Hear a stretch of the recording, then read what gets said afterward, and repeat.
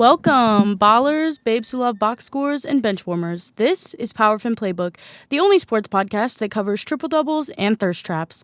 I'm Liv, your host, coach, and unapologetically queer commentator with big opinions and an even bigger crush on Paige Beckers. Hey, girls! Guys, this is kind of creepy because I usually record on Thursdays from 7 to 8 because that's when my podcast drops, and it's actually Friday at 6. Because I went home, but we'll get back to that. Y'all, I'm scared to be up here right now because I just saw the movie Undertone. It was terrifying.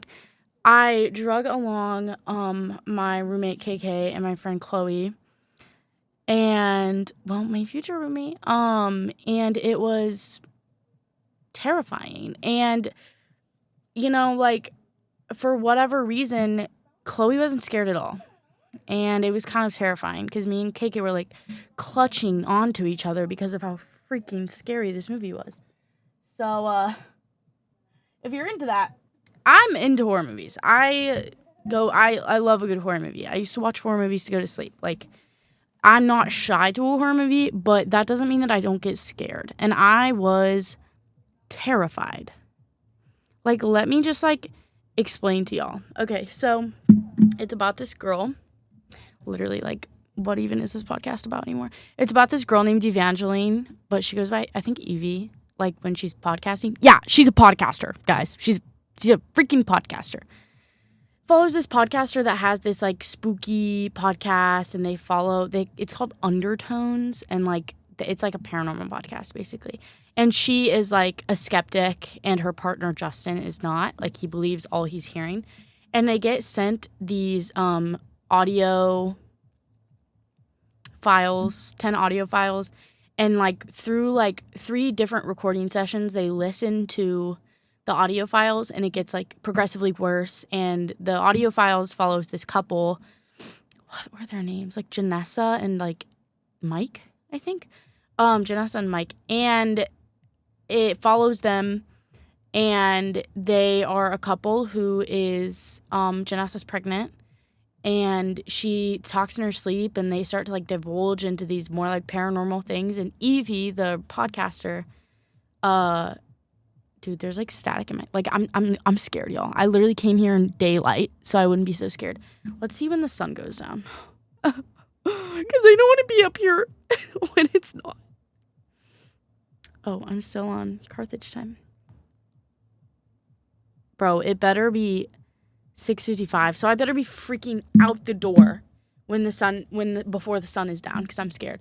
But basically, Evie's mom is dying, and she's taking care of her in the house that she grew up in, and it follows a lot of religious trauma and that kind of theme. So I relate heavily to it. At one point, Evie's hearing these whispers, and it's someone saying the Hail Mary, the prayer.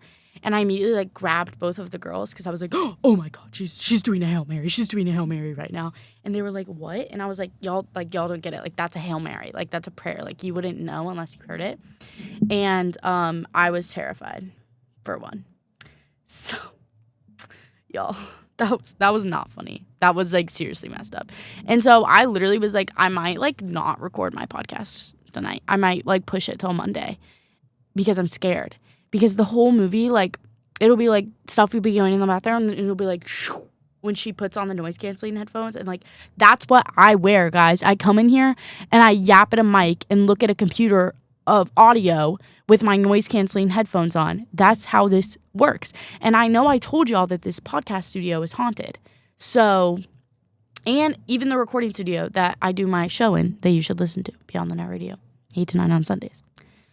Anyway, PM. Anyway.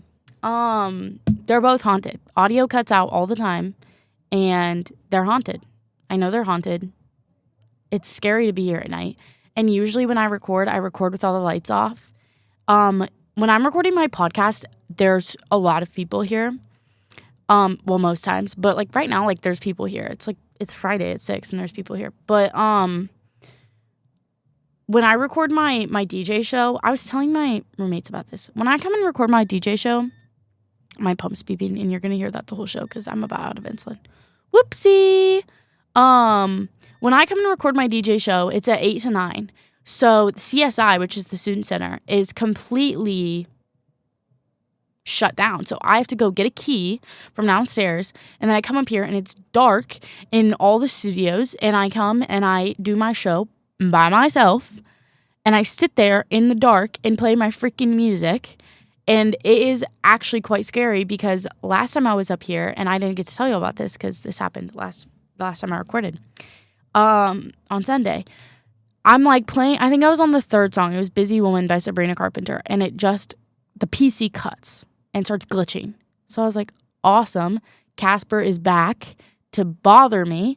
And the PC didn't turn on because until I started like wiggling cords around, and it finally turned back on. But like, he literally picked the worst time because I was by myself up here, and I was very aware of how dark it was in the podcast studio because like, if you haven't been up in radio, like, there's windows from the recording studio to the podcast studio, and then the DJ studio, like 3 or 2 of the walls are windows out into the hallway.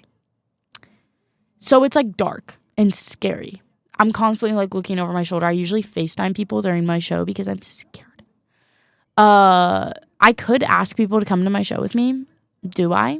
No. Like, no, because honestly, like, it's kind of a nice time to just like sit and read and like enjoy the music. But like, as of late, I've been wanting to ask people to come because it's terrifying by myself.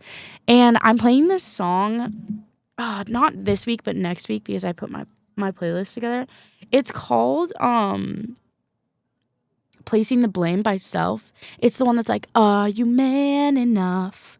Are you man enough? And if you haven't listened to it, first of all, I'm playing it on my show in the next few weeks, so you should. But it is so scary.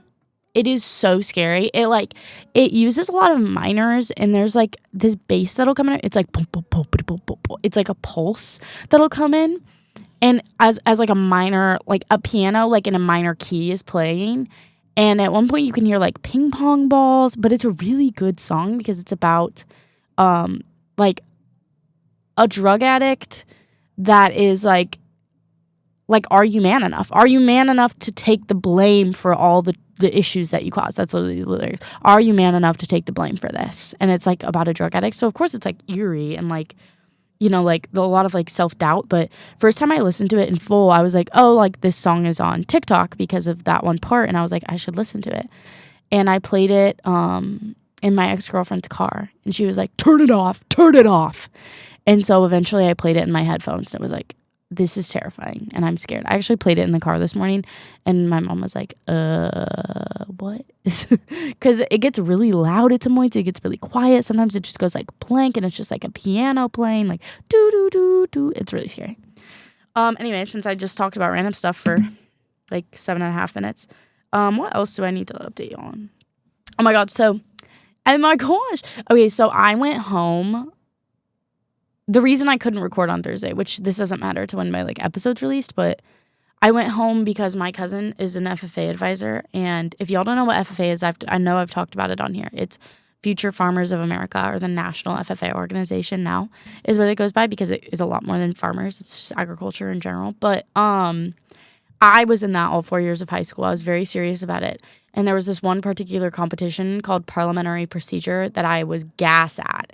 And I had a good old time doing it in high school, and my cousin needed someone to be like the secretary for the judges. So I'm going to explain Parley Pro to y'all because I want to talk about it, and we're mixing things up. We're talking about, I feel like Parley Pro could be a sport, and usually the chair members are women, I've noticed. Women-led chair members. Anyway. So, God, that guy just like jumped out in front of the door. That scared me. I need to chill. I really need to chill. I need a nap. So basically how this works is you get in parliamentary procedure. There's conduct and there's parley. We're doing parley. So it's like the rules of a courtroom. So like you literally sit there and it's like, we are now starting a general meeting of the Illini West FFA. Is there any matters which may be properly presented to the floor at this time? And someone will stand up and say, I propose a main motion of putting a trophy case in the hallway. That's what mine was when I went to state.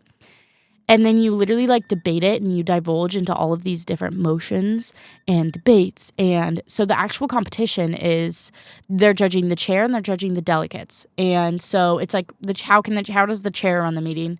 Because the chair position is very scripted because you are just like keeping things in order basically. And the delegates, like, they get to debate. Like, they get to get into it a little bit. They get to vote. They're the ones that have, like, the motions. They have required motions, and you have to have so many debates that can be judged. And it is really fun, and it's super intense because, like, you have 11 minutes to do all these motions and all these things. So it's, like a major competition. Like, it's hard, and it takes, like, a lot of preparation. But my cousin was like, can you come back and take notes for this? Because I was pretty good. Not to toot my own horn, but I was a pretty good chairman. So, like, I know how to take notes really well.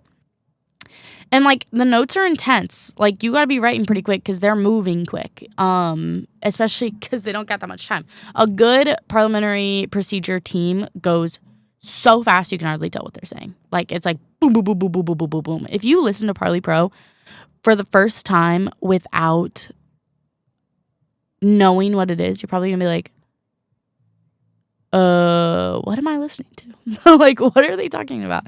But yeah, I got to judge that, and it was really fun. And I didn't get to judge. I should preface, I was helping the judges. I can't judge yet because it'd be like just a little nepo baby-ish because I know people on the team this year. I like competed with people on the team, so it would be like for sure biased, but it's fine. Now I have that song stuck in my head, that scary song. Do do do do do. This is not good for me. I'm like paranoid. Gosh. But yeah, it was really fun. And then I got to go home and I got to see my parents and my grandma and some other people. Ran into some very random people, which is always interesting, especially people from high school. So, yeah. Me and my mom got to talking and she was like, I have to basically, y'all. So, no, I just don't even want to talk about this. But I'm going back home in literally a week because it's spring break. And then I'm coming back because hopefully I'm going to get pressed for the PWHL game. I'm trying not to, like, jinx it or, like, put it in the air too much. But hopefully I get pressed. We'll see. I don't know, like, what that looks like for them just because they're a pro league. But I'm very hopeful. Gosh, I am tired. My train this morning left at 7 and didn't get here till 12. And for reference, it should have got in by like 10:30 because the wind was so bad that it got delayed an hour and 30 minutes. But good on me because I napped like basically the whole like first half, a little over the first half of the train ride. So I was solid. I was solid and jolly. It was great. Why did I say that? Whatever. Fa la la. I just learned that Renee Rapp says that. She just goes fa la la. Fa la la. And I kind of love it. Other life updates. I'm rewatching Heated Rivalry. Are we surprised? No. I'm filled with joy that I'm watching it again. Oh my god, the sound waves just made a little heart. Oh, very cute. But yeah, are we surprised? No. Like I'd be doing this a lot. This is probably like my third or fourth time watching the show. Because it's that good. Listen, we talked about that show a lot on my podcast, but I feel like it is so important. My mom just responded to, I've been sending her Instagram reels for months, and she just finally responded. Well, that's freaking rude. But yeah. I'm only rewatching it because one of my roommates hadn't seen it before because we all watched it together and she was gone that weekend. Like, we literally all watched it in one day. And she was gone that weekend, so I'm like, we have to watch it because you need to, like, you can't be out of this, like, cultural zeitgeist. Like, you have to know what's going on in the world. And I feel like Heated Rivalry is, like, a big factor in that. So,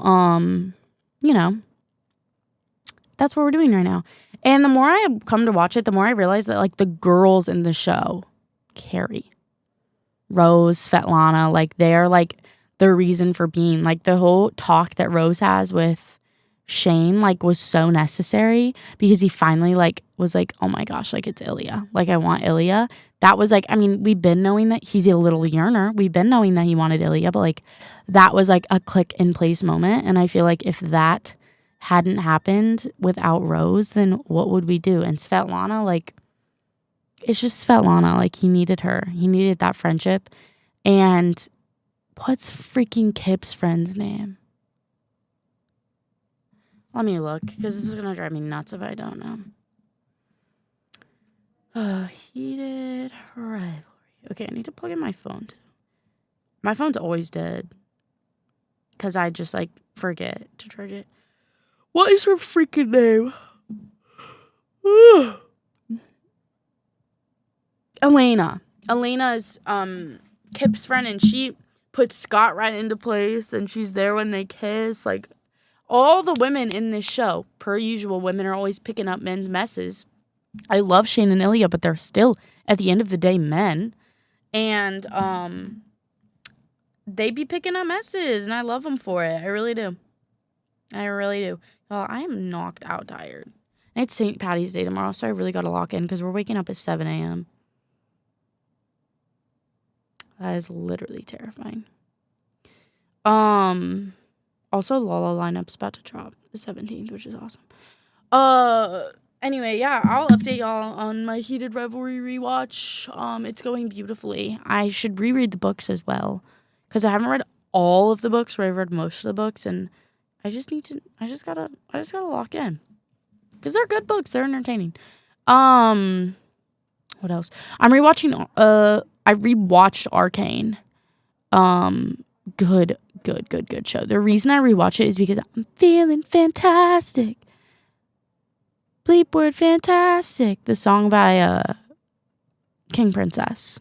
I was like, I've been getting deep into King Princess lately, especially her new album, and I was like, ooh, they're playing some Melanie Martinez in the studio right now. Anyway, I've been getting into King Princess, and I heard I'm feeling fantastic. That one, when Vi and Kate finally, like, get crazy with it. Never thought I'd see, like, animated smut, but I did, so that's great. And they're gay. They're gay.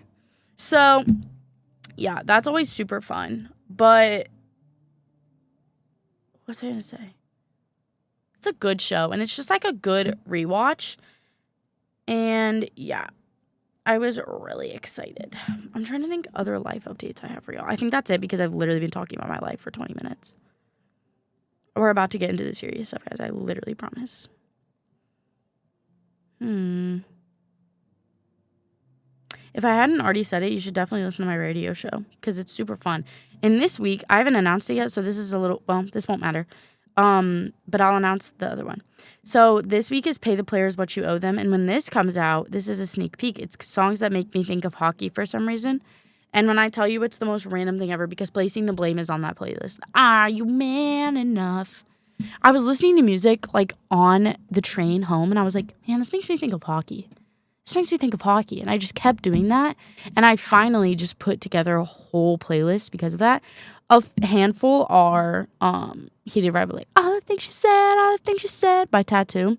Bad Things, My Moon, My Man, I'll Believe Anything, which I might take off My Moon, My Man, because it's not my favorite. But the rest of it truly is random. Like what are we doing? Like, no one with my baby. Like, that's hosier. Like, hello? A lot of it's, I feel like the explanation is truly just the songs are smutty. Some of them. Die Your Daughter isn't smutty. American Teenager, but, like, Bang Bang Bang is smutty. No One with My Baby is smutty. Tear You Apart smutty. Glory Box smutty. I might add some, though, so we'll see. But you should literally listen to my radio show, because I have so much fun. I don't talk that much, but my music is pretty baller, so if you're into all that. Okay, so with that being said, wow, I did not mean to hit the table that hard. With that being said, we're going to talk about broadcasting Beckers, because there's a lot to be said about CBA negotiations. Let me see. I have a lot of screenshots. Okay, so basically, y'all, the deadline that they gave us has passed. Sorry, one sec. Let me grab my charger. The deadline that they gave us has passed for if it will affect, I believe it's the 9th or 10th. I think it was the 10th. That they said, if we pass this date and there is no negotiation, the season will without a doubt be affected. And y'all, that happened. That date passed. And we are still 4 days into these meetings of negotiation and nothing is being done. I'm talking like into the night negotiations, like crazy stuff, truly. So I have a couple of things that people are saying. So from New York, after a marathon, I'll explain it. After a marathon 12-hour bargaining session running Tuesday evening into Wednesday morning, the WNBA and Players Union did not reach a deal on a new collective bargaining agreement. Women's National Basketball Players Association Executive Director Terry Jackson told reporters the bargaining session featured a lot of conversation going in the right direction, while WNBA Commissioner Kathy Engelbert added, "We're working hard and we still have work to do." Which really upsets me because I feel like it's not that hard. It is not that hard to pay them what you should be paying them. And we're still doing this. We are still doing this. And it really bothers me so bad. I have literally talked about it every single episode of this podcast. There's not been one episode that the CBA negotiations go untalked about because it's so important and they're fumbling it so bad right now.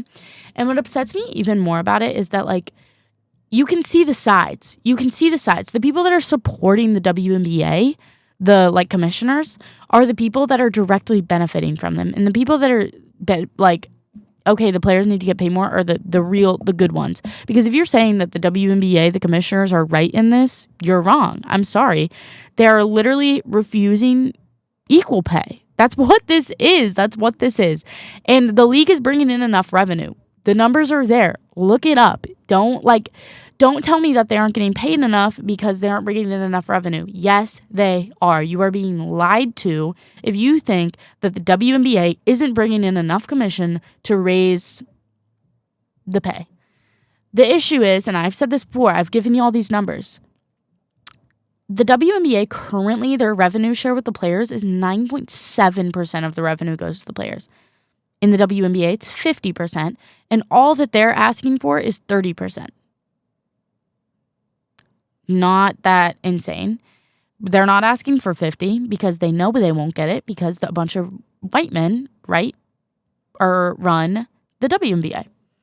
But they are literally asking for 30% from 9.3, 9.7, something like that. Like, that is ridiculous, and they're still not getting it. So they've been having these meetings that have been running literally 5 ever.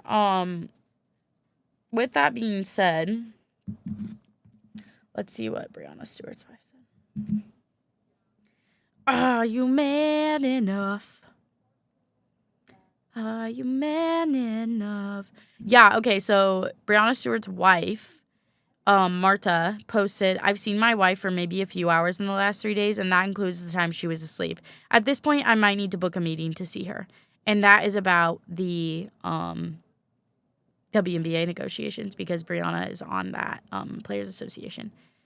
And then also, I feel like this has a lot to do with, I mean, Natasha Cloud speaks about a lot of political things, but she also talks about the pay. She said, this is from Natasha Cloud of the New York Liberty, "We've had death threats. I've had bomb threats to me. I've driven home by police during my career. I lose money. My life is constantly at a threat. I always have to look over my shoulder. I have always had to be prepared for people walking up to me because of how much I actually speak on issues.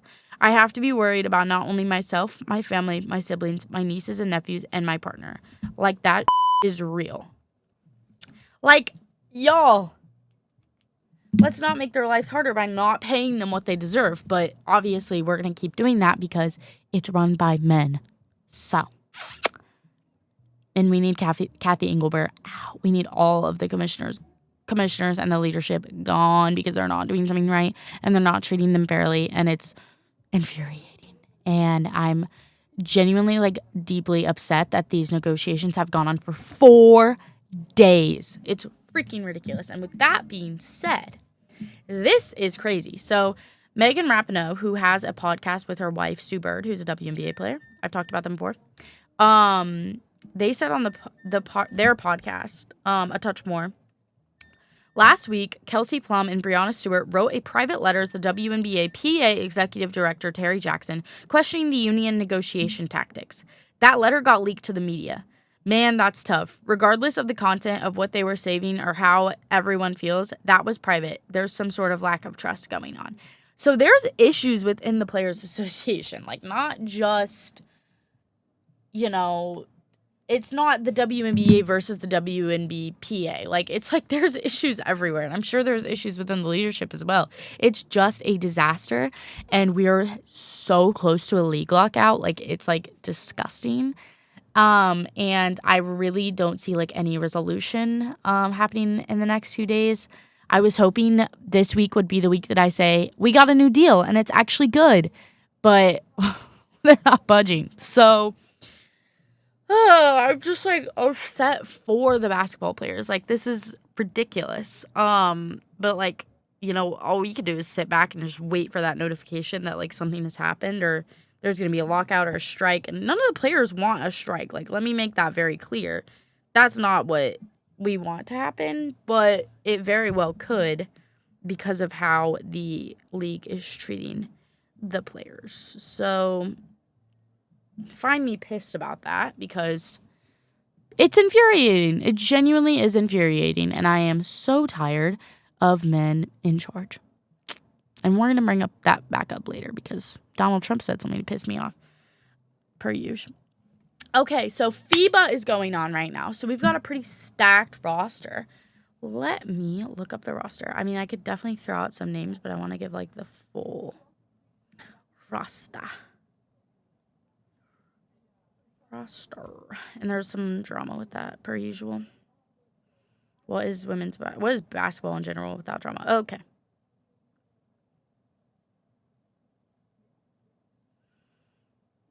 I will die. Where is the roster? What the hell?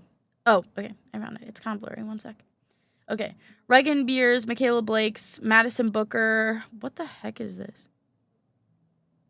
Oh, wrong American team roster. Okay. Here we go. Here's FIBA.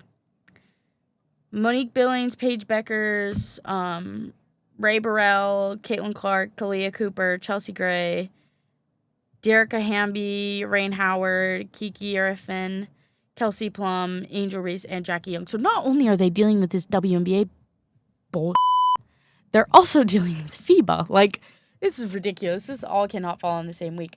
There's static in my headphones again, guys. I'm literally scared. I'm scared. But it's ridiculous, and I would love to see an end to it, but will we? No. Anyway, FIBA right now, I think they're 2-0. They've won 2 games, and they're going pretty crazy. But with Paige Beckers and Caitlin Clark being on the same roster, and I hate to say it, but Caitlin Clark's fans are brutal. They're so brutal for no reason. Like, they're on the same team. They've played together, and this conversation actually does also include Angel Reese, and we know why. So why are we pitting them against each other on the internet? I do not understand it, and it happens anytime that those 3 are in any combination or on a roster together. I do not get it. And it all has to do with Caitlin's fans. They just destroy Angel and Paige, and they're both good players, but they especially destroy Angel because she is black. And we've been knowing that's why. And I don't want to see anyone deny it because it is so incredibly obvious and true. But that is Caitlin Clark fans for you, like the diehard ones. I'm not saying every Caitlin Clark fan sucks, but you definitely have to have some accountability to the fact that Caitlin Clark never speaks out about what's going on in her fan base, and that is problematic in of itself and something to be angry about. And I'm so tired of people not being angry about it. Is there like whatever, like it just makes me so mad. With that being said, I saw a Paige and Caitlin edit like shipping them, and I literally like about threw my phone. I think Chloe sent it to me, so screw you, Chloe, because that's evil. I don't want to see it. Get it off my phone. Caitlin is straight. Get her away. I'm tired of it. Like, never ask me about them because I will go on a rampage. Someone asked me about Caitlin Clark the other day and had to listen to me talk about it for 15 minutes. So learn to not do that because I will. I truly will. Okay, other, like, general updates that I couldn't quite connect. Well, I guess this next one I could connect to page records in a way, shape, or form. So Coach Jackie posted a video that kind of brought it to my attention that I thought was something, you know, good to mention. Let me find it. Okay, so Stephen Smith, ESPN reporter, makes a lot of money doing that. Are we surprised? He makes a lot of money, so he truly has no room to speak. He said, and this is about the CBA negotiations, all of your efforts are in danger of going right out of the window if a season is interrupted. Get a deal done. So the reason that this is problematic to me is because ESPN is who airs the WNBA. They are making money from the WNBA. We know that. So, of course, a head reporter and writer for ESPN would want them to make a deal and get it done despite how little money that the WNBA players are making because, of course, he wants that coverage. They're missing that coverage right now if there's no season. So it is truly selfish that he wants a season to say get it done. No, look at all that. You could spread your money out between these players and then you can say something, you know, like it's so frustrating when people say ignorant stuff like that because I'm like, you genuinely have no clue what you're talking about and it shows. Like to say that is so ignorant and shows your privilege and it really gets me. Anytime that someone's like, I just don't know why they don't just get it over with already. Get it over with, get it done. You don't get it. Like I don't get it. I'm not a WNBA player. I don't fully get the whole picture. But, like, there's a right side to this, and it's allowing the players to strike if they have to. It's allowing them to negotiate as long as they need to because you wouldn't say anything if a men's league was doing that. MLB is coming up on probably what's going to be a lockout, and they're going to be like, oh, get the players what they need. But when it comes to women's leagues, of course, they're like, get it done. Let the men handle it. Get it done. It's ridiculous, and it's exhausting. So up on with that, Trump made this really weird comment. I'm actually going to play it because I was, like, for one, incredibly alarmed. And when I tell you, like, the context behind this is non-existent because, like, it was genuinely so random that it doesn't even make any sense. Let me find this clip. Okay. The headline of the video is Women's Sports Are in Deep Trouble. Oh, it's connected to my headphones. Please hold. That's embarrassing. Women's sports are in deep trouble. Other than one particular women's team, that's Miami, where I have my granddaughter on the team. They canceled men's golf, but women's golf is doing just fine. I'm only kidding.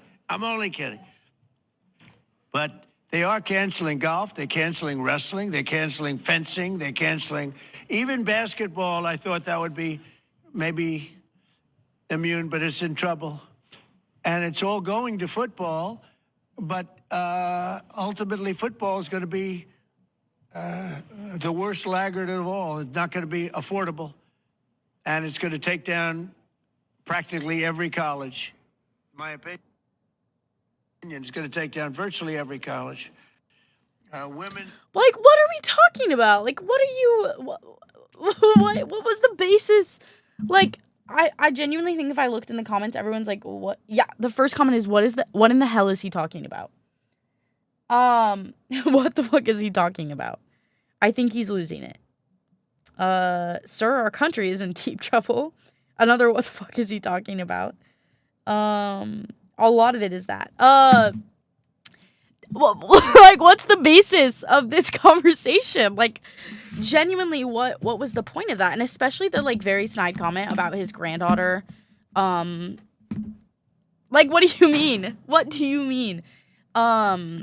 It's frustrating because there are programs falling under, but for him to say basketball, like, are you dumb? No, it's not. Women's basketball is fine. Shut up. Like, I don't understand. It's fine. I need to get a little less angry about it. But But I should also be angry about it because what is he talking about?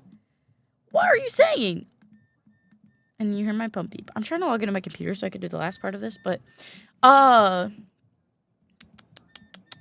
oh my gosh, I recently discovered the story, and I might, like, cover this more at some point because it's crazy. If y'all haven't heard, the Blair Finching and Brooke, Sensor, I think is her name? Something weird.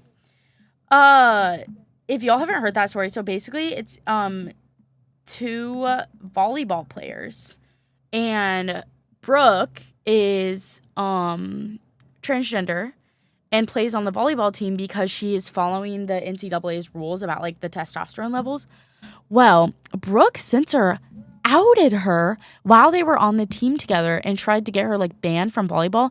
And now Brooke Sensor is basically playing Riley Gaines. And I know I've talked about Riley Gaines before because Brooke Sensor, I think, recognizes that she's not the best player and that she needs to throw someone under the bus to get him out. And it's literally insane to do that to a teammate. But I recently discovered that story and I was like, oh my gosh. Like, has anyone ever heard of this? Because that is crazy. Like, what are we doing, folks?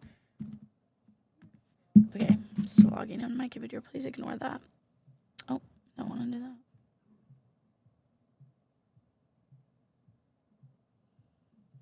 that. Okay. Sorry. Something happened with the computer. But yeah, I recently learned about that, so I'll definitely be talking about it at some point because I thought that was really interesting. There was this brawl at a South Alabama women's basketball game, and like the ref got like punched squared in the face, and it was like genuinely insane. And like, if y'all haven't seen that video, look up South Alabama like women's basketball because it was crazy. Like, they knocked out a ref, they were like pulling people apart, like, and that just like doesn't happen. That, you know, like, that's not okay. For some reason it like cut out. That was my bad. So if there was just like some silence there, it should only be like a second of silence, but that was scary. I thought I just deleted all of that work and I was about to literally go cry. And now my computer's not working, which is awesome because, like, all this stuff I need is on there. So, this is so funny.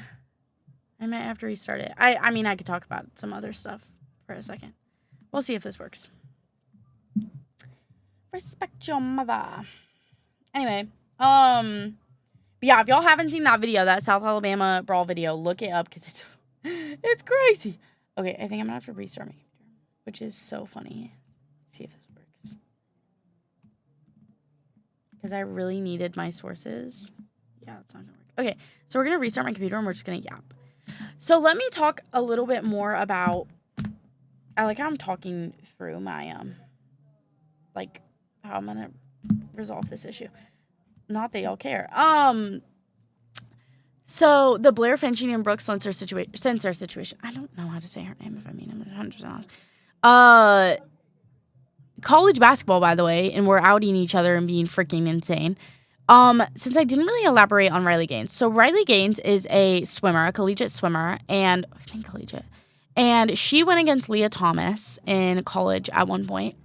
And Leah Thomas won the competition because she's an incredible swimmer. Also following the guidelines for testosterone. She's a transgender athlete. And outwardly, like, transgender. She's not hiding it. And even if she was, it doesn't matter because she's still following that protocol. And Riley Gaines, who got 5th place at the swimming competition, by the way, got Leah Thomas's, all of her, like, medals taken away from her. And it is the most ridiculous and insecure situation. And so Riley Gaines has basically made a whole career out of, like, oppressing transgender people, and it's disgusting and horrible. And now the reason that I remembered the Blair Finching and Brooke Sensor situation is because Brooke posted a TikTok and was basically like, I had to protect myself and out this poor freaking girl.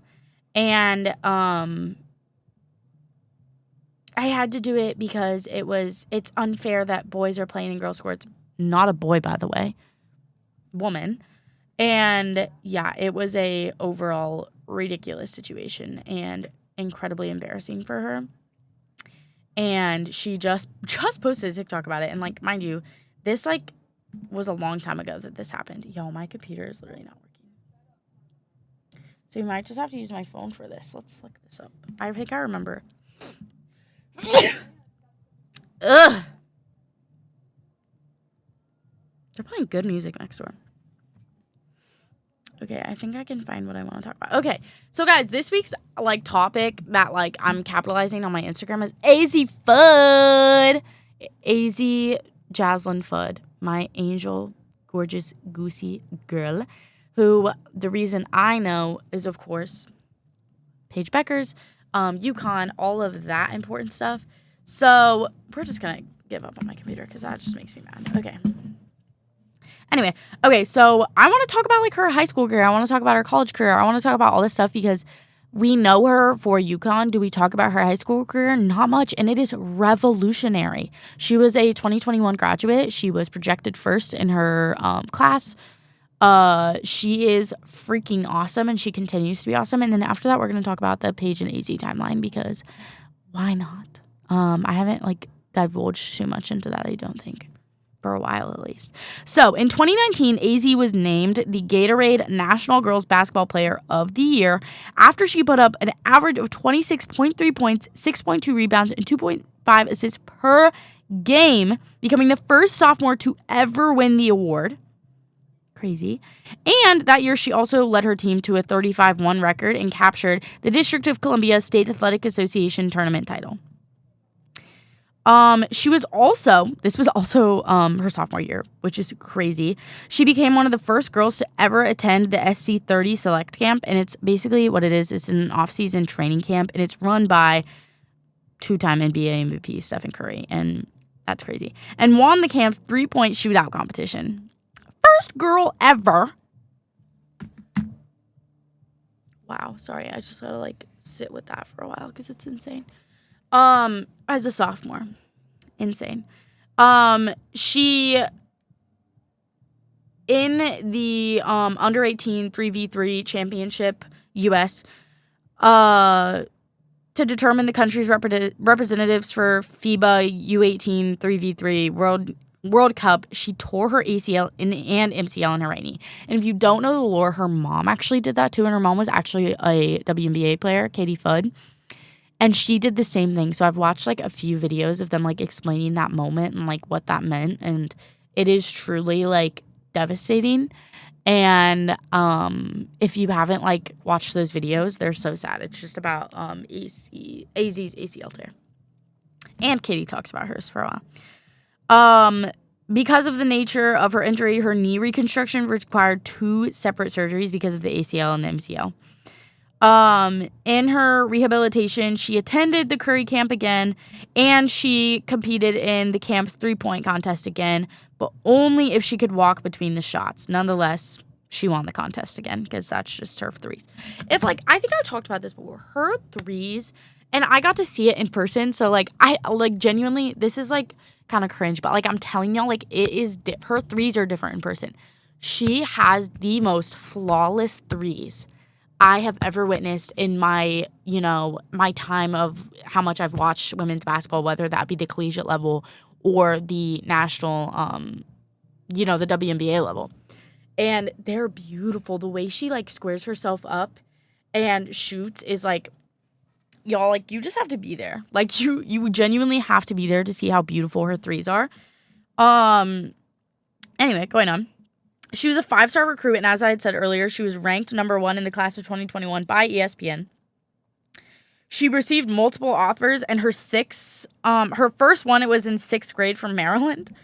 And in 2020, she announced her commitment to UConn, and as y'all know, if you've seen, I say as y'all know, everyone is consuming as much media about Paige Beckers as I am, but she was heavily recruited by Paige. There was a lot going on there. And she received offers from Maryland, UCLA, Louisville, Oregon, Kentucky, Texas, and Notre Dame. And she became the 12th number 1 recruit to sign with UConn since 1998 and joined former number 1 recruit Paige Beckers, of course. Okay, college career. Let's get into it. We're going to go freshman, sophomore, junior, senior, current. She's in her 5th year because she redshirted. She was selected the Big East Preseason Freshman of the Year in 2021 and made her collegiate debut for UConn, scoring 7 points and 3 rebounds in a 95-80 win over Arkansas. After playing in the first 4 games of the season, she missed 11 games due to a foot injury. On February 6, 2022, in Fudd's first collegiate start against rival Tennessee, she finished with a career-high 25 points, along with 4 rebounds and 4 assists. The following game, Fudd finished the season with a high 29 points against Villanova in a 72-69 loss, which we've been knowing the Villanova rivalry. Guys, it's getting dark outside. I'm scared. The Villanova rivalry goes strong, especially this year. During the Elite Eight, she helped UConn into a 98-87 double overtime victory over NC State, scoring 19 points, 5 rebounds, and 2 assists while playing a team-high 49 minutes. She and Kristen Williams were named Bridgeport All-Region Team for their performance. She finished her freshman year averaging 12.1 points, 2.7 rebounds, and 1 assist. Sophomore season. She had her season debut November 10th of 22, and she recorded 26 points and 4 assists in a 98-39 win against Northeastern. On November 14th, she scored a high 32 points and 4 assists in an 83-76 win against number 3 ranked Texas. The 56 points scored by Fudd set a record for the most points ever scored by a UConn player in the first 2 games of the season, beating the previous record held by the one and only Diana Taurasi. The 32 points scored against Texas tied a record held by Taurasi for most points scored by a UConn player against a top 5 opponent.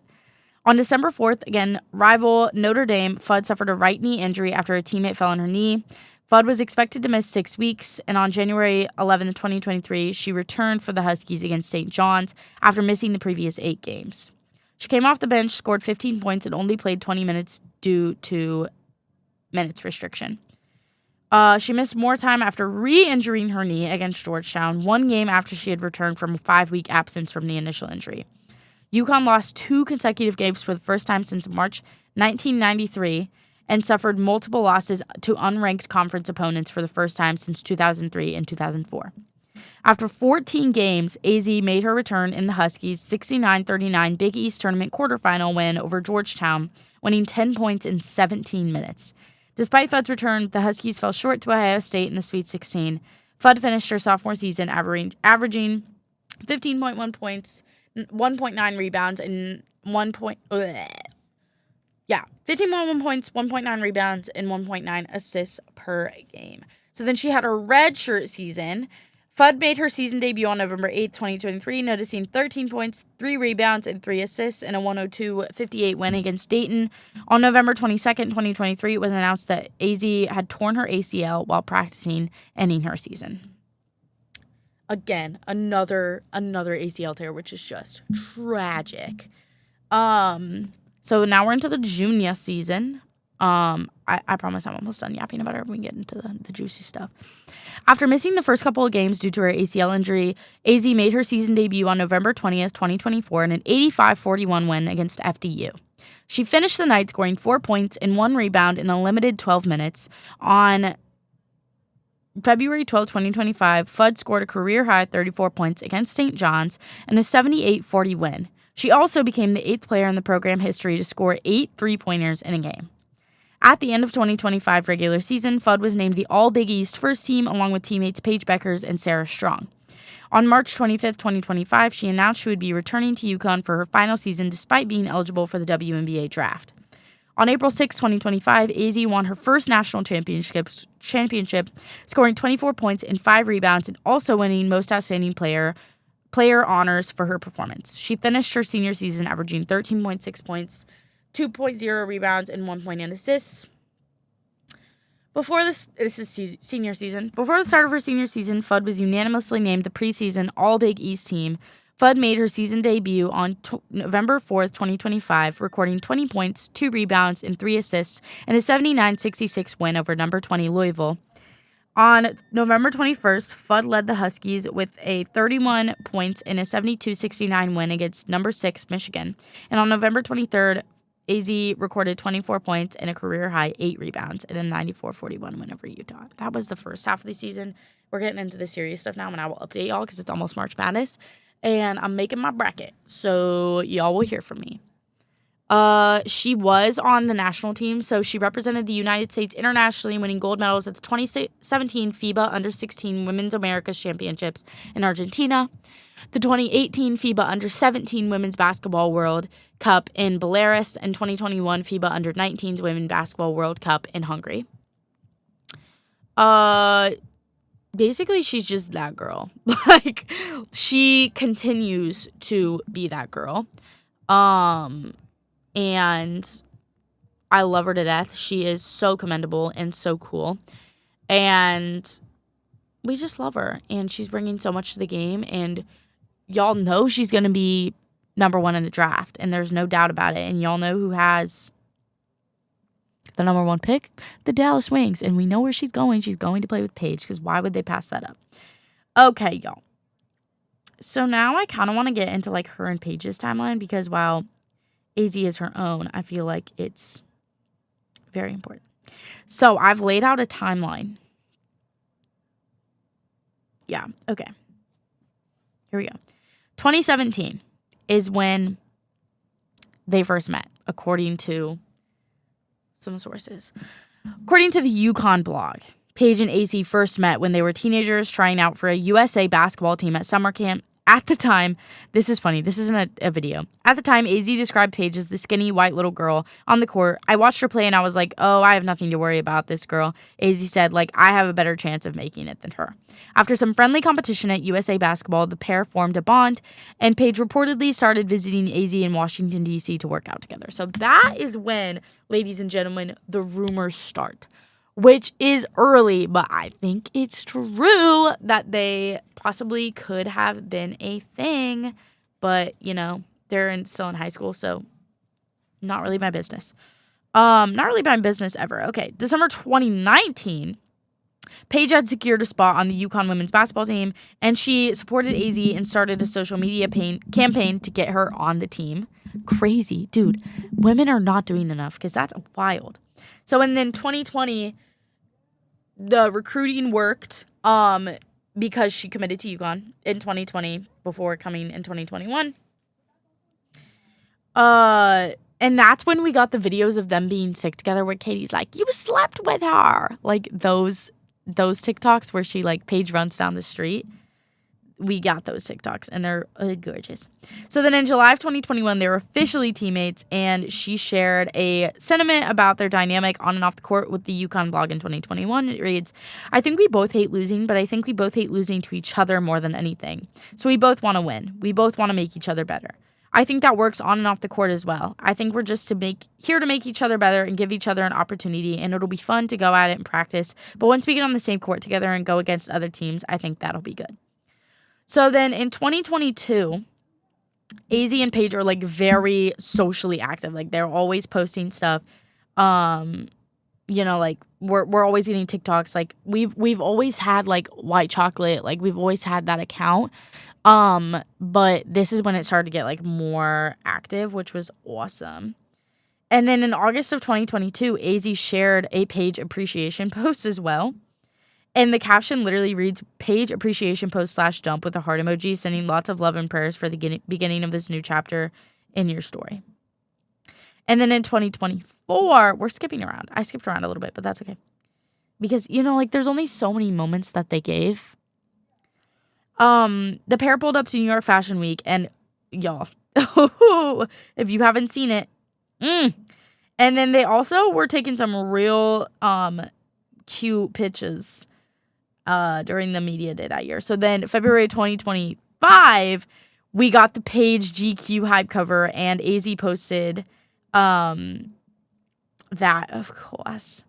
And AZ said about it, this is so on brand for Paige, but she made a little highlight video of herself from high school games, passing to her teammates and giving them wide open shots.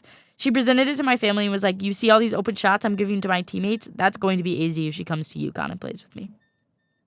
March 2025, during March Madness, we got some like really good ad campaigns from Paige and AZ, and they were really cute, and like just watch it all. And then in 2025 of April, we got the WNBA draft, and of course AZ was sitting next to her, and that was a big moment, but that is like just the start. And then in June of 2025, AZ shows up to a game wearing Paige's jersey.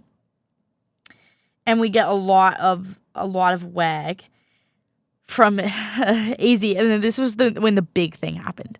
So on June 21st, I was in Florida when this happened, and I can literally tell you where I was and what I reacted, like how I reacted to this moment. But she soft launched her relationship with Paige when she posted a mirror picture with a phone case that read Paige Becker's girlfriend. And she also wore her jersey to the Dallas Wings game that day, and they allegedly wore rings featuring each other's birthstones. Which allegedly, like, come on, y'all, please. But I have the Paige Becker's girlfriend phone case. My roommate got it for me, so shout out. And then in July of 2025, we got the video of them walking through the Dallas Wings Stadium holding hands, and it was so precious. And that same night, we got the Azzi Fudd's girlfriend sign here, and Paige signed it, and it was epic. And then we got the video of the All-Star Weekend. Paige was asked questions about her D1 girlfriend, and at the end, she revealed it was Azzi Fudd. Love that video so much. And then they were being crazy. They were being crazy at that All-Star after party. We got a lot of pictures from that. And then Paige also posted a picture of them all cuddled up together, which was pretty cute. They did like the close friends only series on Instagram, and they like definitely dropped a lot of lore during that. So basically, like, ever since that has happened, we haven't got much because everyone has scared them into hiding. We know they're still together, but like they're just like keeping it low. And like I very much so understand the conflict of interest with her being in university still and Paige being in the WA, not because of an age thing. They're literally 1 year apart, but it is a conflict of interest because they're in different leagues, and they're also been in like a crazy time. You know, Paige is doing FIBA. She's very active in the negotiations, and she just finished Unrivaled, and AZ's going into March Madness, and then hopefully the W draft and all that. So it's intense for both of them, and I understand why they wouldn't want to be in the spotlight, especially after all the stuff that has happened with them. But yeah, with that being said, that was just a cute little moment for Azzi Fudd because sister deserves it. Forward Fem Forecast. Next week, I want to do mask lesbians in women's sports because I think that would be really fun. And there's a lot of them because there's something about lesbians in women's sports, including myself. So we're going to do that, and I think it'll be fun.